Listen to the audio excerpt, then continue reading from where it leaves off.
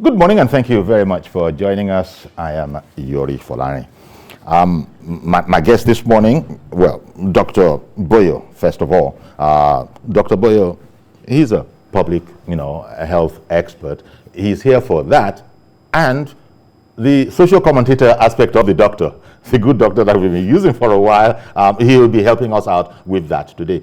Thank you very, very much for coming on, Dr. Madele Boyo. Thank you for inviting me. Indeed, our pleasure. Yeah. And we also should be able to speak with Dr. Japhet Olugbogi, who is the Medical Officer of Health, Apapa Igomo Local Council Development Area, and Chair of the Committee on COVID-19 for the Nigerian Medical Association. Dr. Olugbogi, you there yet? Okay, I'm sure he'll join us.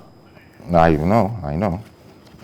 So, well, Doctor, first of all, well, congratulations. I see a green card. It's looking a bit like an officious document having to do with passports and that kind of a thing, but it's not a passport. No, it's not a passport. No. It's the COVID-19 there you go. Vaccination certificate. Okay. So at the back is written there, COVID-19. Let's see. Okay, COVID-19 vaccine is safe and effective. National Primary Healthcare Development Agency. Thank you very much for bringing that. It means that Dr. Boyo has got his jab. You don't look any different from yesterday because yesterday was the day. In fact, I'm still surprised because there are so many stories on the internet, WhatsApp, every time telling you about conspiracy theories. If you take the jab, you're going to die, you're going to have... Some people just have gone on with stories because some countries all over the world seem to be saying, oh, we don't want AstraZeneca. Yeah. So even when the government... by the way, it is AstraZeneca. Yeah, that is our own. Yes, AstraZeneca, And what's the choice? AstraZeneca appears to be the one that you can keep between 2 and 8 degrees centigrade, and that's what we can afford with the kind of facilities we have on the ground there. Whereas places like the Pfizer, banana, you need minus 80 degrees preservation. So it's just good enough. And beyond that, the government continues to say that the AstraZeneca vaccine that we got is not the same batch with the batches that they are complaining about in different countries. I read that. So when I went in for mine, one, it was a very smooth process. It took from the time I got there till I left there was like 15 minutes, if not shorter than that, So everything was done there with a lot of courtesy at the Oshodi, it's a local government. And so it was done with so much courtesy. It's all a local government? It's Oshodi. Oshodi local government is where you did it? Yes. Okay. And so I got there, within 10, 15 minutes we're through. What was the queue like for people who had arrived, were scheduled, and when you got there, was it a very long when I got queue? there, was no queue because the people, there were like 4 tables and 4 people given. So I got good and I wasn't brought in as a celebrity or as a doctor. Okay. I just drove in there and said, I've come for my vaccine. Oh, you're welcome. So I saw a vacant chair and I went there with a staff of mine. The staff too sat down and they discussed all different, they filled forms. Even though we had filled online, they validated the forms and things like that. I was going to ask about that. Yes. Were they able to validate easily the fact that you had registered and didn't just show up? Yeah, because they ask you, you bring your phone and you show them the identity on the phone that you had registered. But if you didn't have that, the other ways of knowing, your ID card. Okay. Your ID card, valid ID card. And with a valid ID card, they were ready to vaccinate as many as will come that were within the age range. I mean, not children, not pregnant women. They were ready to vaccinate. And I think priority was given yesterday to health workers and those in the front line. And so maybe that's why we got it yesterday. Maybe it has not yet been open to just everybody in town yet. So within 15 minutes we were through. And the pain, I didn't even know when I got it. It was like, have you finished? And I said, yes. Oh, you've gotten yours. And I went. I didn't have pain. I know other people among my staff that went complained of pain in the arm, but with about how many hours after? I mean, are you talking about not in the immediate time they got the in the jab? immediate time, I said I didn't even know I had the jab. Yes, but so your staff that was now saying... No problem, no pain then. No pain then. No pain then. Okay. But by this morning, one of them complained of feeling pain around the site. Okay. And we ask that to take painkillers, Okay. and that should be okay. But like in everything, even the measles vaccine we give to children, we tell their mothers to watch out for temperature spikes and some amount of pain. Even the ordinary pain-killing injections we take, we give you pain. But it's just even having a jab on your bum gives you a pain. Well, we're not the same, Dr. Boyo, because you've now joined the ranks of the president and the vice president, and I think, is it the executive council? You guys have got the jab now. Are you ready for yours right now? when it will finally reach me. No, can I get it for you now? Since right now? it's an exalted. And Dr. Japhet Olugbogi, you're very welcome, sir. I had introduced you earlier, Medical Officer of Health at Papa Igomo Local Development Area, and Chair Committee on COVID-19 for NMA. Good morning to you, sir. Good morning, sir. Thank you for having me. Indeed. Well, I hear that you also have got your jab. We've just finished speaking. You heard part of it, speaking with Dr. Boyo, who has got his jab, and it was eventless as he had expected. What was your experience, doctor? Yeah, thank you very much. I got my jab yesterday at Ojora Olubode PHC in the Ijora Batia area of Lagos. Well, I only met one person on seat when I got there, and they registered me. The one I did before, I understand, had been nullified. So they registered me right there, and that took about 10 minutes max. But the jabbing itself took only about a minute or two, and it was smooth and free.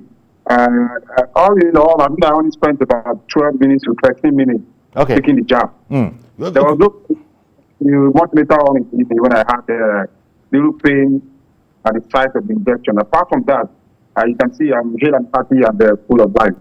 Indeed. And it's like you knew what to expect anyway, because you guys have been advising us that, as I said, it's almost like eventless, but it cannot be eventless because it's monumental, the effect of that we're trying to achieve here. You said something about your initial registration being nullified. That is, I take it you mean the online registration. What was that all about? I think when the site was first developed, people were encouraged to register online. And when they register online, it will probably show them where they ought to go for their vaccination and when they ought to go there for their vaccination. But I think that was open to all the general public. But right now in phase 1, it's only a designated number of categories of people that have been jabbing, that have been jabbed for the vaccine. Okay, I like that. So that explains and gets Dr. Boyo off the hook a bit, because I said the man is in the realm of the presidents and the vice presidents and the Federal Executive Council. But as you just clarified, actually a certain kind of people, we must do our frontline guys first. Is that right, Dr. Luwogi? Crucial, critical frontline people and those kind of people will be first call on the vaccine. Is that the idea you have too? Well, yes, Doctor. Yeah. What he said is true. When I got there, they had to do the manual one all over again. They had to ask him name and everything. Okay, it must be that the site wasn't developed enough. Not just. See, sometimes I think they had to also do stock taking. Because just going out and just saying your phone and saying your name and giving you the thing, they had to also have their own records. So that process is like, that process, it brought it down, as it were, to the particular center that you were receiving the jab from. Yeah, so the center has to validate you. You then go on and write down the batch number you are taking in the book, write down your home address, your age all over again, and then I think because you're going to give account to the store, you went away with 1,000 vaccines. Who did you give them to? You don't just say, oh, they came with their phones and we saw their pictures and we gave them. No, they would likely have to give records like auditing, stock control. So I think they had to do that. So there was the handwritten one going on at the same time. That is what took like 5 minutes that he was talking about. Okay. And Dr. Lugbogi, to put this thing in perspective. You've got your jab. Dr. Boyo's got his jab. I imagine hundreds, perhaps thousands of people by now. Soon we'll be able to say hundreds of thousands and millions. But for now, I would just be conservative and say thousands have got their jab. And Dr. Boyo has evidence. So I'm sure you have that green card as well. And in speaking about that, that sort of evidence you have that you got it, a lot of people have been thinking, this jab, what if I don't want it? Are there any drawbacks if I just am not interested? And this is, flying in the face of the reason that people, that doctors and experts are saying that you must take the jabs. Even presidents are saying it. Our president has said there will be no forcing of anybody who doesn't want to. But other presidents, and our president, in fact, are encouraging people to go ahead. But should you not want to, it doesn't look like it's going to be criminalized. But the whole matter of, there might be aspects of our lives that, will go a lot more smoothly if we can show evidence that we've indeed got our jab. Maybe travel, maybe employment, maybe some sort of other things. Is that your understanding too, Doctor? Apart from the primary, which is protective benefit of the jab. Well, I had difficulty in hearing you because it keeps echoing. But if I may lend my voice, the jab is safe for everyone to take. But whoever doesn't want to take, government of Nigeria has not made it compulsory to anyone. But we urge people as much as possible to go and take the jab, especially those who constitute that first phase of the vaccination. But then again, I'm also hearing that government has relaxed it a little, that some people who feel they have the need to take the vaccine now can proceed to the PHCs, and when the health workers there assess the individual, they may give the individual the vaccine. Whether he or she is a doctor or a healthcare worker or a petrol attendant or a military personnel or not, they may assess the individual and vaccinate the individual. So Okay. there's no harm done when you get the vaccine. It is safe, as we can all see. And then it's over the next 8-9 days for healthcare workers to take the vaccine in this phase 1. Okay. So the Nigerian Medical Association is urging her members and all healthcare workers to go and take the jab. Now, there are concerns as to whether the vaccine is safe or not. Well, there are a lot of propaganda and there's a lot of rumor, but nothing has been substantiated yet on the bad effects of the vaccines. And like you all know, every drug, every vaccine would have some side effects. So this one is not different. We may have maybe some tenderness, some pain at the site of injection after a few hours. Some people may have some rash, some people may have some fever. But then again, all these fizzle out after a moment, after a few hours. Okay. So there's no point to alarm at all. Okay. As to the veracity of Just a little curiosity on my part, Doctor.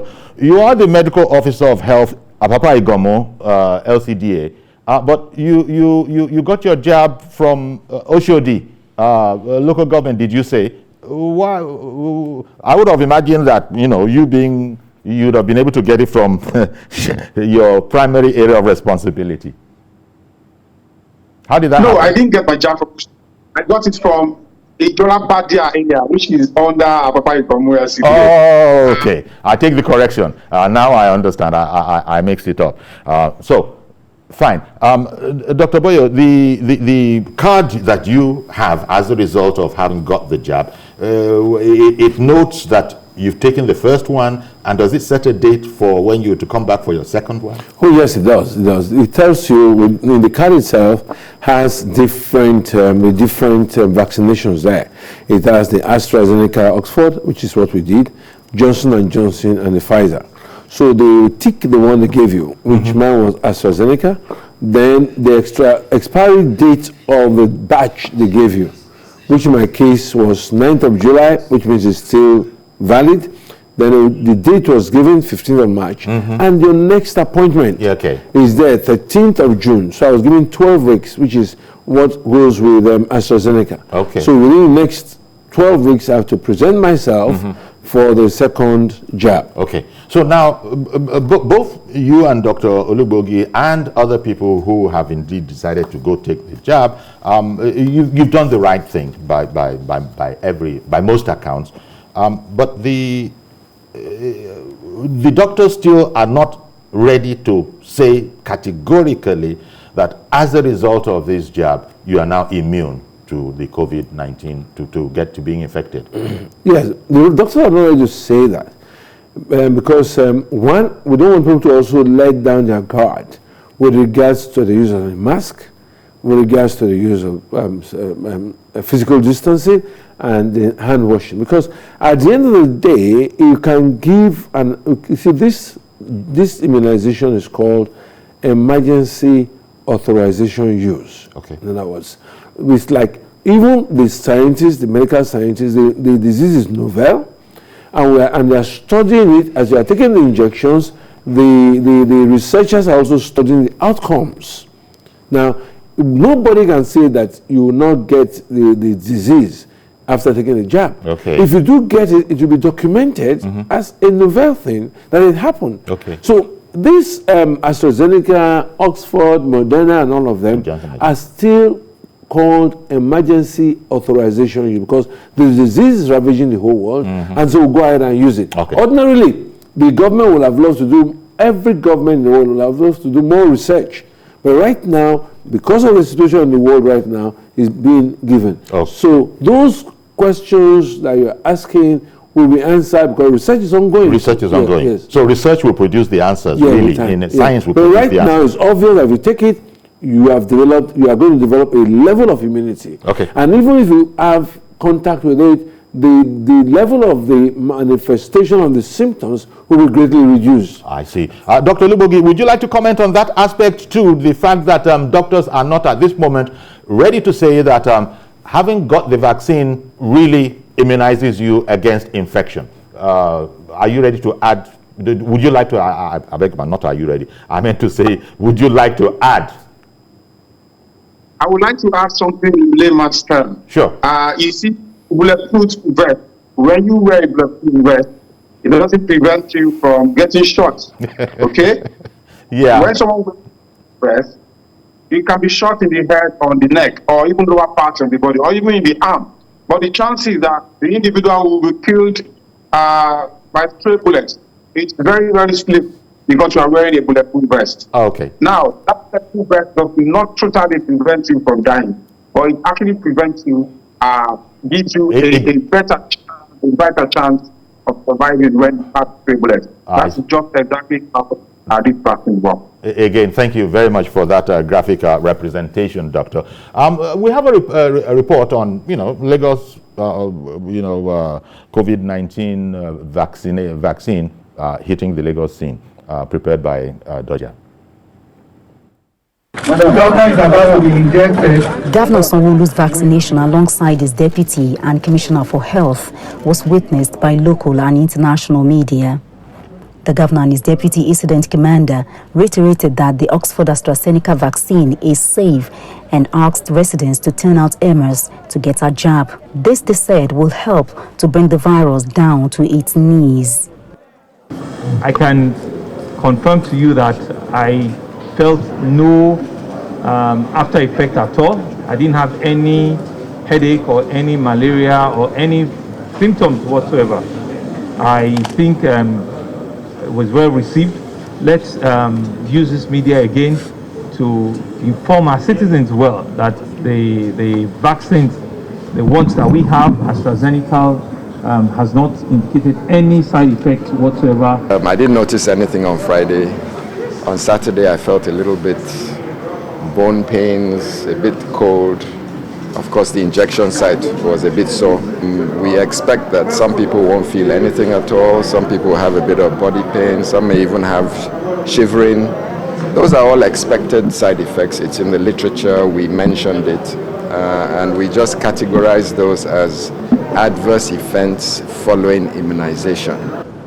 Earlier, the governor signed a bill to combat and stop the spread of coronavirus pandemic 2021 into law. The Attorney General and Commissioner for Justice, Mojosore Onigbanjo, says the coronavirus pandemic law formalizes the structures already in existence in the state for managing COVID-19. There are various offenses, 1 year in jail. The extreme, I think, is about 2 years in jail, depending on the gravity of the offense. So if you have a facility which doesn't observe the law, of course the fine of that facility is steeper. It also ensures that people who deliberately know that they have the virus and they infect others. It also takes care of people who escape from isolation centers or who refuse to go to isolation centers.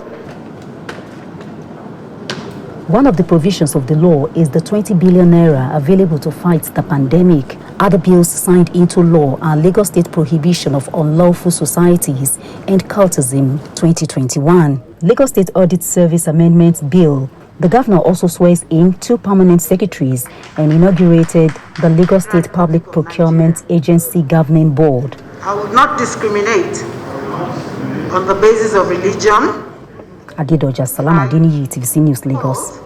or status. Okay, you got a little bit extra there, but the main news, as you saw there, the governor and his crew have actually got the jab now. I like the way Dr. Olugbogi also sort of added to it that, look, if you're wearing a bulletproof vest, it doesn't mean that a bullet won't penetrate you somewhere, cannot penetrate you somewhere, but you do know you have a greater sense of security for having the vest on, which is a very, very graphic way of putting it. You had said that, one should not go to, so one should still, you said the main reason for thinking like this is that you doctors, you want people to not pay any less attention to things like masking, like washing your hands frequently, like avoiding crowds, all those kind of things. We still have to keep up this regime, having taken the jab. Yes, and we also have to know that this virus is here to stay for some years. Okay. Yes, we're going to be dealing with this virus through 2022. Wow. Likely. Yeah. So it's not like... So it's like we're really in a new normal kind of a situation. Yes. Let me find out if Reverend Dominic has got his jab yet. Good morning, Reverend Dominic. Good morning, Yori. The thing is echoing back. Good morning. Okay, I don't know why it's echoing. Good morning. Thank you very much for calling in. Did you get your jab yet? Okay, I want to congratulate Dr. Boyo for his jab. And he has make it. You must congratulate Dr. Olugbogi now too. He also got his jab yesterday. The 2 doctors on set. I congratulate him also. Okay. But Boyo is our own friend and a brother in the house. Okay. So it's making it easier for us to know it's real. Did you get your jab yet? Nobody is dying of taking the vaccine. And the doctor over there, so congratulations. So, Bayori, I want to thank the TVC for this publication. It's giving people confidence that these things are real and it's not dangerous. But we must point out this. The APC and the APC government must warn their star boy or their poster boy, the governor of Kogi State. Information is powerful. Number 2, where you get information is another thing. The Kogi State governor is not an ordinary person. For him to come out openly, the video is going around, to condemn this vaccine, which our president has taken, Dr. Boyo via life has taken, and condemn it that they made it to kill us. It is far-reaching damage, information coming from a ruling party and a governor of a state. If you have differences on the vaccine, he can resolve it. All of us have differences. But the national interest must prevail. I've told you here as a resident, I've told my church, if they get it to me, I will take it. Because state without works is dead. We have yellow fever vaccine. Moreover, most of us will take it. If you don't want to take it, you will not travel out of Nigeria. Maybe we replace yellow fever card. I've been at a point somewhere in Europe where somebody was deported because of yellow fever card. I'm sure this will also be the same way. But they must warn the governor of Kogi State. He's a governor. He's an authority. He has followership. And I like to say you want to be a president of Nigeria. It's a sad story. If a president of Nigeria to be will make this kind of statements, making openly, Yeah. and making jest of everything, it is dangerous. All right, Thank then. you, my brother. God bless you. Thank you very much, Reverend, for speaking. Well, we heard everything you said. Freedom of speech seems to be operating. As you know, maybe totally different aspect, but the former President Trump of the U.S., he also had his own ideas about it, and it was his opinion. It didn't sway most people. I mean, most people, it got to a stage where it was almost like a joke. Remember all the chlorine bleach and all of that. But so freedom of speech is what it is. So, but I take the points you've made. If I may just add something. Being the level of civilization in Nigeria here, when a sitting governor makes mockery or denounces something, it goes a long way. It goes a long way. Was so the reference point. Yeah, even before the vaccine came, the people that had never believed that it was COVID-19. Yeah. Now we're not having the vaccine. You are going to, and that same governor had even said there was no COVID-19 in Kogi State. Yeah. And I wonder why they are sending vaccines to Kogi State in the first place, because they know that it is there, and whether it's there or not, his job is to promote, enlighten his constituency on the need to mask up, social distancing, washing your hands, and if you feel like nobody is compelling anybody to take the vaccine, he could have simply kept quiet and told them the vaccine is available. Rather than muddying the waters with dubious information. Yes. Mazi Okorafor, good morning, sir. Good morning, sir. Good morning, Dr. Boyo. Good morning. Honestly, Dr. Boyo, sir, you see, there is need for more enlightenment from the National Orientation Agency. Now, what I want us to look at is that the federal government and state government and local government should try as much as possible. You see, the commissioner for health in Lagos, you see, was complaining about that spot of injection that was very thin. Now, I want to interest something that there are some nurses, their hands are very, very painful. So I would just suggest to the Minister of Health to look for those ones that have soft hands. Sometimes you go and inject. Yes. You can't have a problem in terms of the sport. Very good. The government should look for those nurses that. Okay. Thank you very much. Enlightenment. Yeah. You know, we have a very big problem in Nigeria.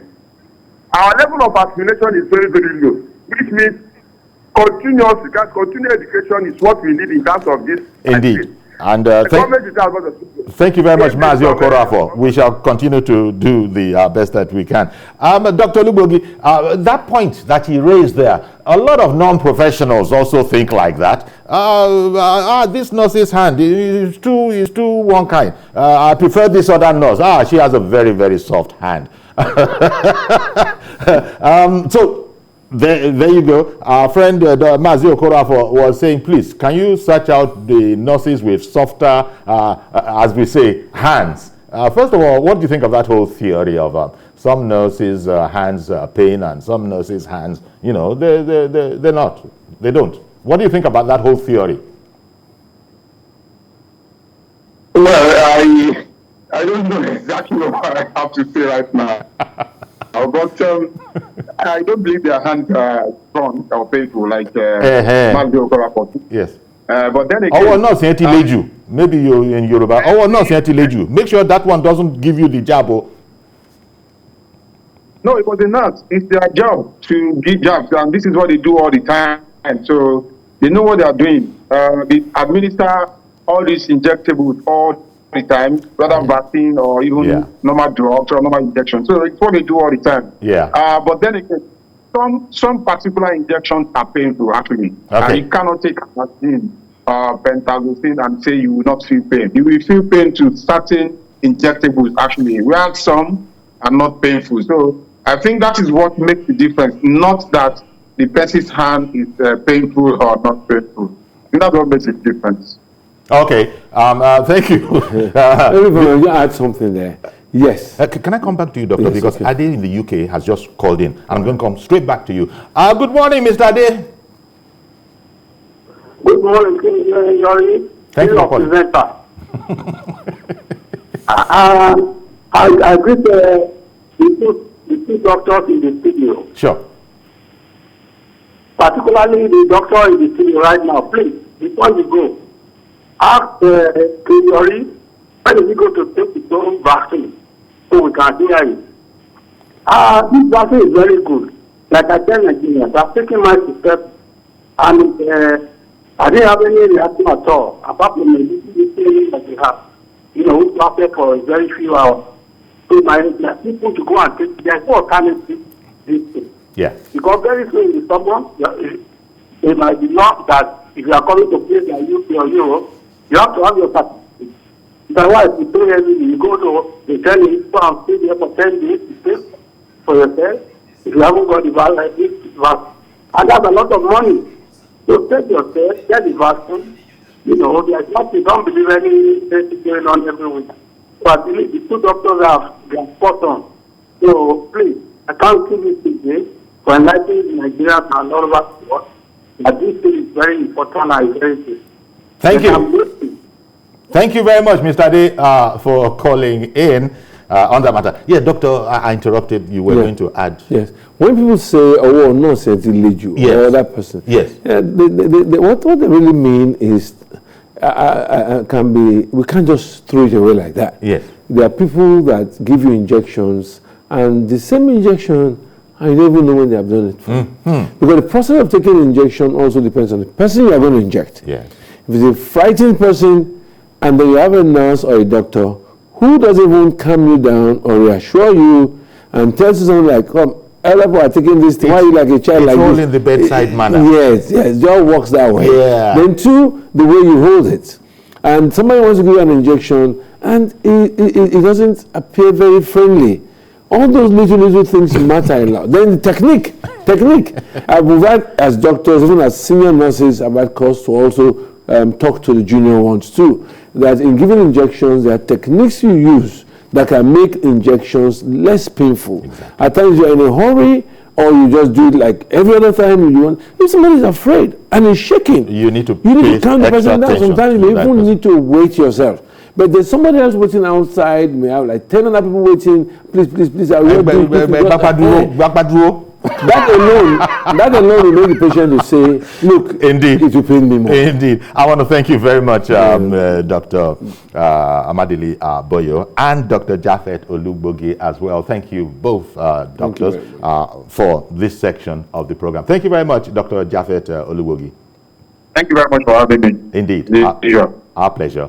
I'll take a break now. Dr. Boyo is going to remain with us as we look into the whole matter of the Birnin Gwari invasion. Stay with us, please.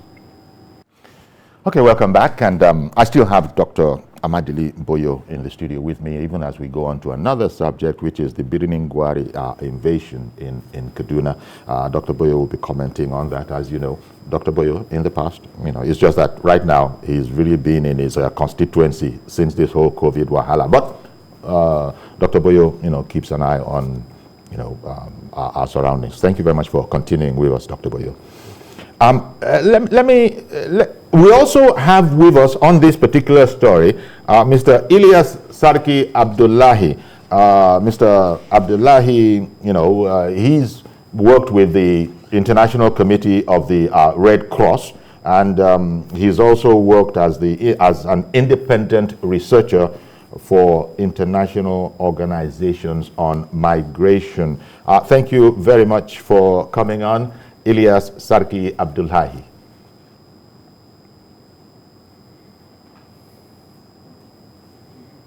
Good morning. Good morning, Mr. Abdullahi.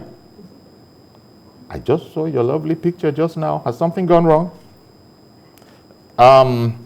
Well, you saw a momentary picture of Ilyas. Let that whet our appetite, because we'll be hearing about him almost like a first-hand account. We'll explain when we get to it. Not quite, but almost like a first-hand account of the Birnin Gwari invasion. Dr. Boyo, we were saying that this is becoming, as our people say, these abductions, this kidnapping, it's becoming almost like pure water, which would be understandable only to a Nigerian. Yeah. Should some British chap be listening to us, he say, well, I thought they were going to talk about what is pure water having to do with it? But it's become so frequent. It's not an everyday event. Really? Before it was once in a while. I remember Chibok 2014 April, when about 276 children were taken away. It looked like, wow, how could this happen? But now, nobody seems to be surprised anymore. Because by this year, we had March 15th incident that occurred where children were taken away from the school. Then we had March 12th, 39. Well, as for the March 15 one, there's been some correction that it's the teachers that were abducted. Yeah, from the UB primary school. Yes, yeah, and then also some of the cattle. Yeah, some of the cattle. Yeah. But the one that took place, Federal College of Forestry in Kano, Mando they called it, 39 people were taken away, including the teachers and the students. That's a forestry school. And you can imagine, and there was a story of the other man that was found wandering in the forest because the kidnappers either lost him or they lost their way and he was found in the forest. Now, February this year, we can't forget government secondary school somewhere in Jangbegde or so, where 317 were carried away. You know, then the Kagara incidents in February. Yes. You know, so it's like everywhere from Sokoto, Zamfara, Katsina, Kaduna, and Kano. The complete northwestern corridor appears to have been beset by this thing. So before it was the northeast that we're hearing about. And we don't know now, could it be that the focus of the media had moved to the northwest? Could it be that there had been some relative peace in the northeast? Or the military had concentrated its strategies on the northeast? And the bandits have decided to go to the northwest as a decoy? We don't know.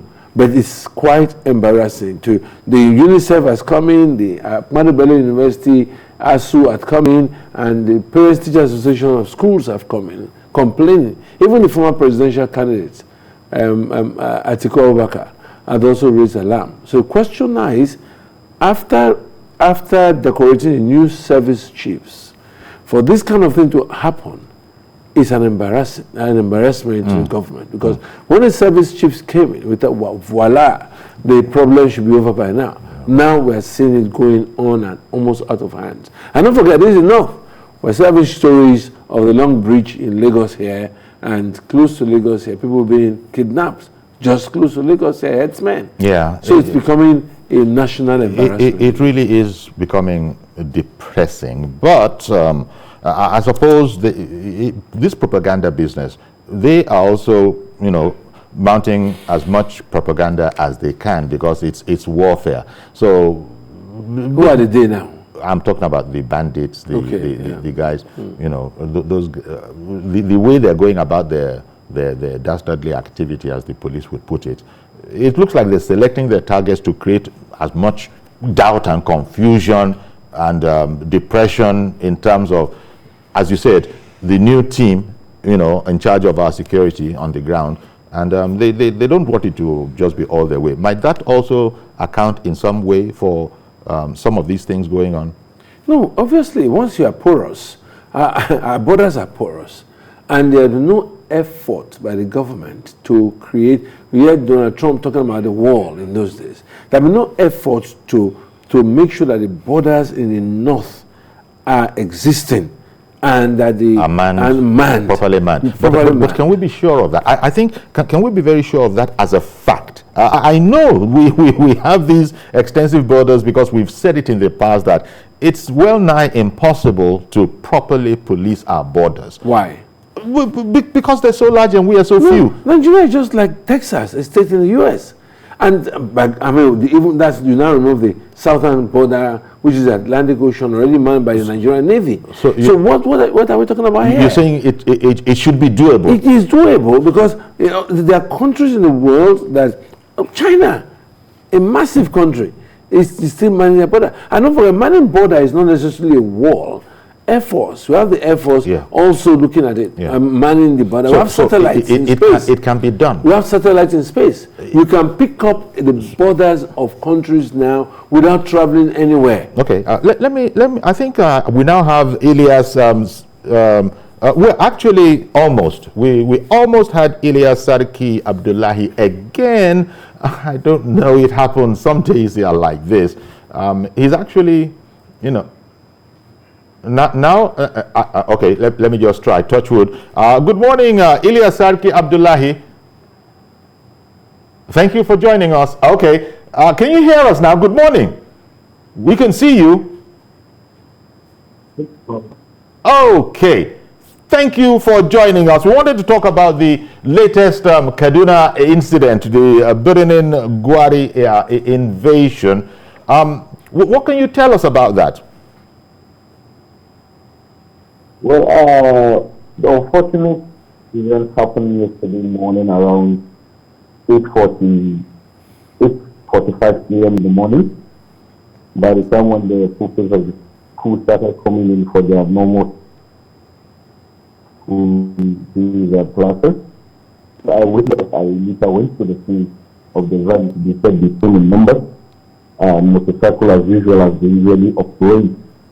They are the same where a stock route not far from Kamuku National Park, which that's where they don't used to operate. So the same way that they from the village, cutting away cattle, kidnapping some staff of the primary school and pupils, which we were later told. We understand that. Could you confirm? We understand that the pupils weren't involved. It was the teachers and then some heads of cattle, but that children weren't actually abducted in this incident. Is that also the information you have?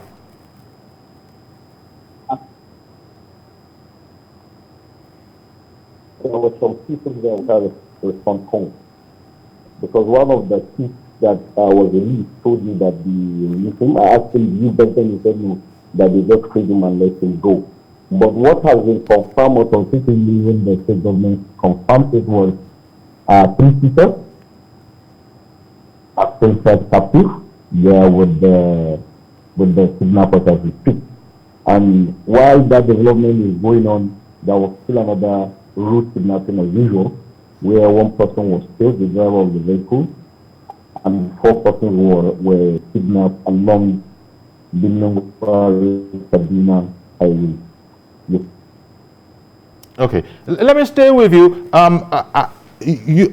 You are calling us, you're reaching us from Kaduna right now, if I'm correct. Yes, from Minunga to the network isn't the best, but what I wanted to know is if you were close to the incident, because you also spoke to us about a certain Tambai Rema.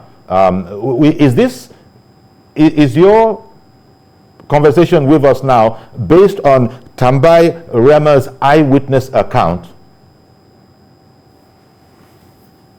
Yes, it was based on his eyewitness account that Tambai Rema, he was in the village. And in fact, 2 of his cattle were also cut away. Because most of these cattle are also being reasoned. They normally only have cattle affair. And the only thing is coming, so they must have cattle because that's one of their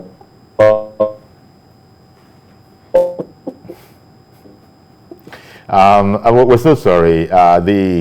The connection, we just have this slight problem. But there you are, and really we want to thank Mr.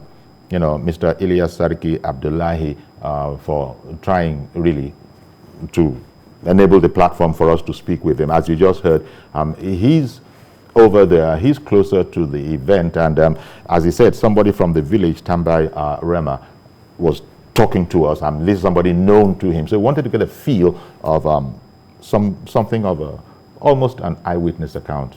There's no such thing really, since you can't be a little pregnant. You either are pregnant or you're not. But you get my meaning. You get my meaning. So thank you very much for coming on, Mr. Abdullahi. We really appreciate your time. When we speak again, we hope the connection will be a lot better. And now, Dr. Boyo, so there you go. I wasn't quite clear. I tried to get from him if students were involved, but he said some students were involved, but very few. Okay. So the important thing here now is that the bandits went for the adults, and there's the teachers, maybe the admin people in the school. But this whole thing is kidnapping for ransom.